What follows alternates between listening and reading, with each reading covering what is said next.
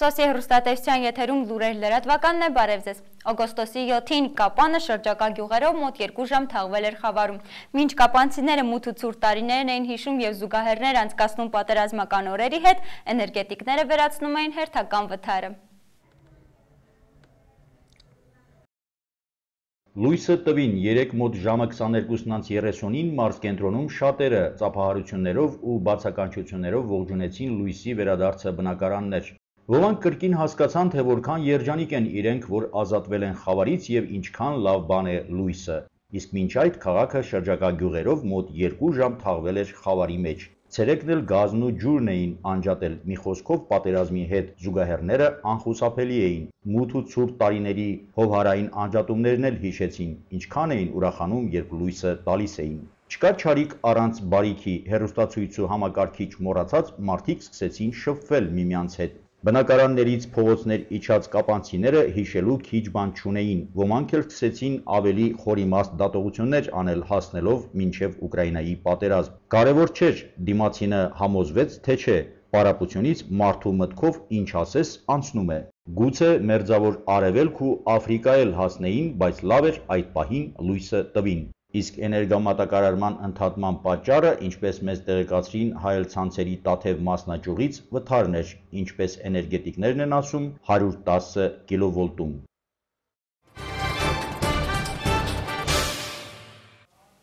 Սյունիքը այն եզակի մարզերից է, որ ընդգրկվել է հազարամյակի զարգացման նպատակները 2015 թվականից հետո հանրային քննարկումներում։ Կազմակերպիչները վստահեցնում են, որ հնչեցված խնդիրները կհասնեն կառավարական եւ միջազգային մարմիններին։ Հազարամյակների զարգացման նպատակները 2015-ից հետո ամերիկյան ձևաչափով հանրային քննարկմանը մասնակցում էին ամենատարբեր ոլորտների ներկայացուցիչներ, մարզպետարանից, քաղաքապետարանից, գյուղապետեր, հասարակական կազմակերպությունների անդամներ, բուժաշխատողներ, բնապահպաններ, կլոր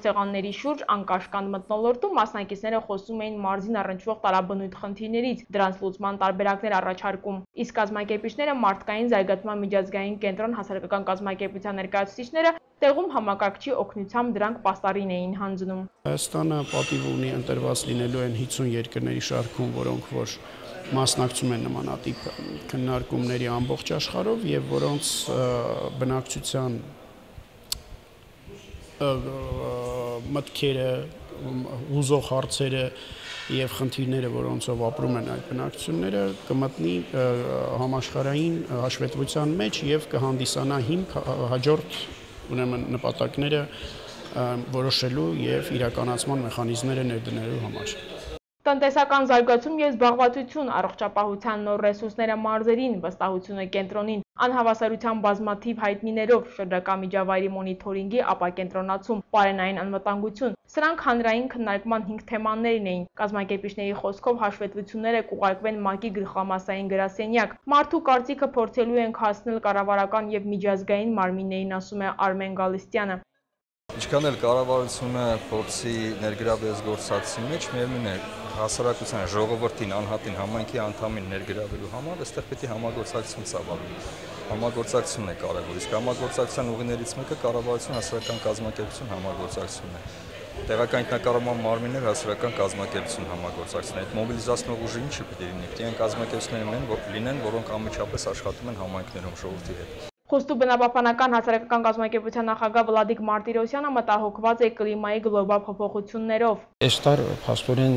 դրա տիպիկ ապացույցն է, որ արդեն ամսուկեսից ավել է անձրևներ չեն գալիս։ Շատ խիստ ցամաքել են մեր տարածաշրջանի աղբյուրները, խմելու ջրերը։ Հիմա շատ խիստ ցամաքել են Ողջի գետի, Նորաշենի գետի ջրերը, ընդհանրապես ջրերը պակասում են։ Դրան գլոբալ փոփոխությանը կլիմայի դիմակայելու համար պետք է լայնածավալ անտարտնկումներ կատարել։ Հանրային քննարկումը անցկացվեց ՄԱԿ-ի Երևանյան գրասենյակի եւ տարածքային կառավարման նախարարության հետ համատեղ։ Ֆինանսավորում իրականացնում է ՄԱԿ-ի Երևանյան գրասենյակը։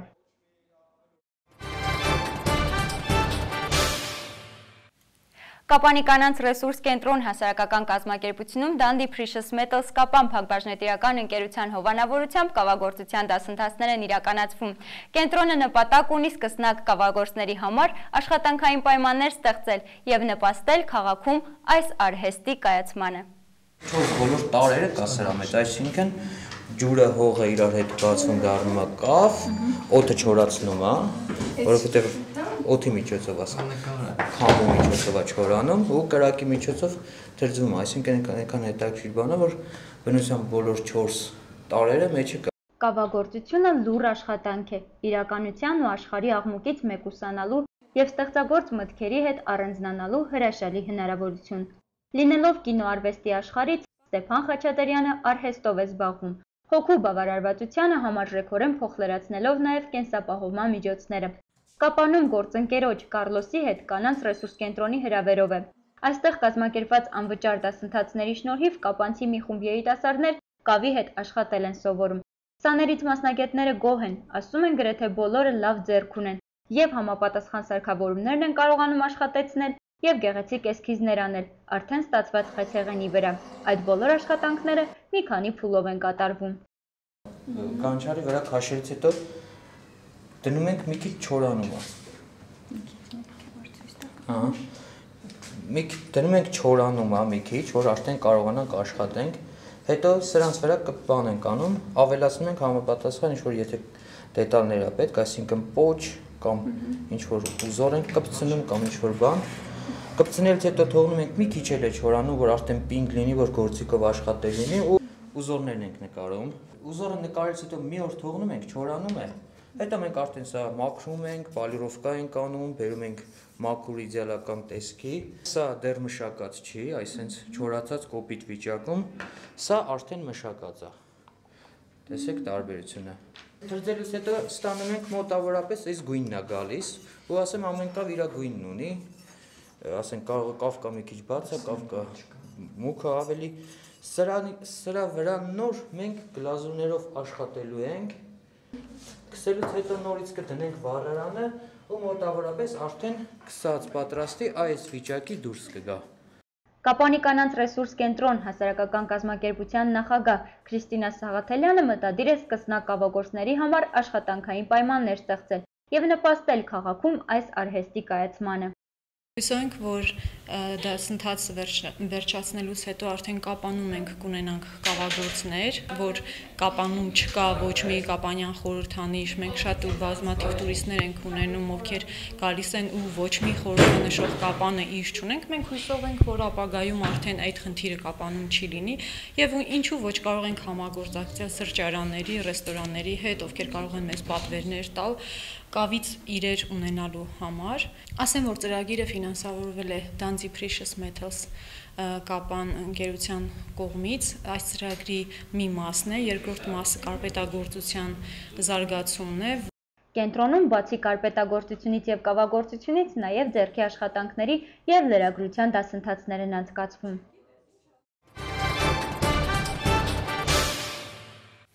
Շանթ հեռուստաընկերության X Factor նախագծում այս տարի ևս սյունեցիկ է։ Սիսյանցի Նարեկ Խաչատրյանի ոգևորող տեսահոլովակ են պատրաստել համաքաղաքացի երիտասարդները, պատմում է Սիսյանի մեր գործընկերները։ Առաջինը տես է, երկրորդը էս, որ շղկիկին այս պահին էս, այդ պահին պետք է ծափն լինի։ Սիսյանցի մի խումբ երիտասարդներ են, հավաքվել են Հայաստանի առաջին երիտասարդական մայրաքաղաքի Սիսիակ Նահապետի անունը կրող հրապարակում, հավաքվել են քաջալերելու իրենց հայրենակցին, X Factor 3 նախագծի մասնագիծ Նարեկ Խաչատրյանին։ Դե մենք Նարեկի երգերը միշտ լսում ենք, միշտ հետևում ենք նրան, ամեն պահի մենք միշտ նրա կողքին ենք, շատ լավ է։ Շատ լավ ձայն ունի, որին ես հավանում եմ եւ համոզված եմ, որ առաջատարն է լինելու։ Նարեկ ջան, շատ լավ ես երգում, Սիսյանը քո հետ է, դու կհաղթես։ Երիտասարդները նկարահանվում են փոքրիկ տեսահոլովակում, որով կտարածեն իրենց ցանկությունն ու մաղթանքը։ Աստղիկը նույնպես երգում է, նա եւ հավաքված մյուս երիտասարդները Նարեկին հաջողություն են ցանկանում հետագա պայքարում։ Սիսյանը քեզ, թևեր թող տա,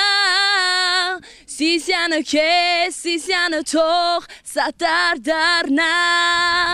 Նարեկ ջան, հետևում ենք քո ելույթներին, երիտասարդական մայրաքաղաքը քեզ հետ է, կանենք ամենահնարավորը քեզ հաղթանակ բերելու համար։ Նարեկ ջան, հիշիր, որ հենց դու կարող ես լինել հաղթողը, իսկ մենք բոլորս քո կողքին ենք։ Նարեկ ջան, քո հաղթանակը մեր հաղթանակն է, բոլորս քեզ հետ ենք։ Ես միշտ հետևում եմ քո ելույթներին, ամենալավը դու ես։ Դու կհաղթես անպայման։ Օլե, օլե, օլե, օլե, Նարեկ չեմպիոն։ Սիսյանցիները հիմնականում գոհ են Նարեկի կատարումներից։ 4 աթոռներից մեկին արժանանալը դյուրին չէր։ Իրենք հետևել են նախագծի նախորդ փուլերին, հուզվել ու ոգևորվել են Նարեկի հետ։ Հիմա էլ նրա հետ են եւ հաղթանակ են մաղթում։ Նարեկ թե դու չհաղթես, ոտքդ Սիսյան չդնես, don't worry, be happy. Բայց քանի որ կհաղթես, ախային Սիսյան կմտնես, don't worry, be happy. Սիսյանը միշտ քեզ հետ է, հաղթանակն էլ հենց քոնն է, don't worry, be happy. Նարեկ ջան, Սիսյանը քեզ հետ է։ Առողջապահության համաշխարհային կազմակերպությունը Էբոլա տենդի համաճարակը համարել է միջազգային նշանակության սպառնալիք, ինչպես կազդի ռուսաստանյան արգելքը Եվրամիության երկրների շուկայի վրա։ Թողարկումը շարունակում ենք միջազգային լուրերով։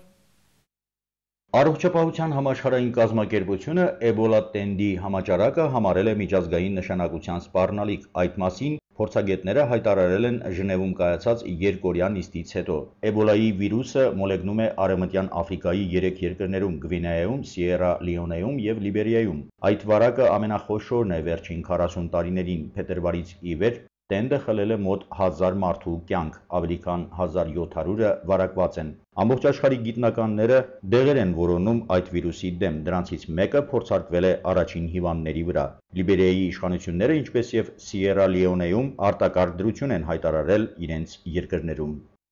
Ռուսաստանը արգելել է որոշ մթերքների ներմուծումը Եվրամիությունից, Միացյալ Նահանգներից, Ավստրալիայից, Կանադայից ու Նորվեգիայից։ Արդեն հրապարակվել է ցուցակը, որն ընդգրկում է մրգեր, բանջարեղեն, միս, ձուկ ու կաթնամթերք։ Գալիք շաբաթ կհրավիրվի Եվրամիության երկրների խորհրդակցություն նվիրված ռուսաստանյան արգելքի հարցերին։ Ֆրանսիան դիմել է Եվրամիության գյուղատնտեսության հանձնակատարին, խնդրելով որոշել ռուսաստանյան արգելքի հնարավոր ազդեցությունը Եվրամիության երկրների վրա։ Գերմանիայի գյուղնախարարը ասում է, որ պատժամիջոցները կազդեն գերմանական շուկայի վրա, բայց ոչ այնքան զգալիորեն, ինչպես թվում է առաջին հայացքից։ Նախարարի խոսքով Ռուսաստանը վերջին 1 տարվա ընթացքում եղել է ոչ այնքան կայուն գործընկեր, ինչի պատճառով մսի ու կաթնամթերքի արտահանման ծավալը արդեն կտրուկ անկում է ապրել։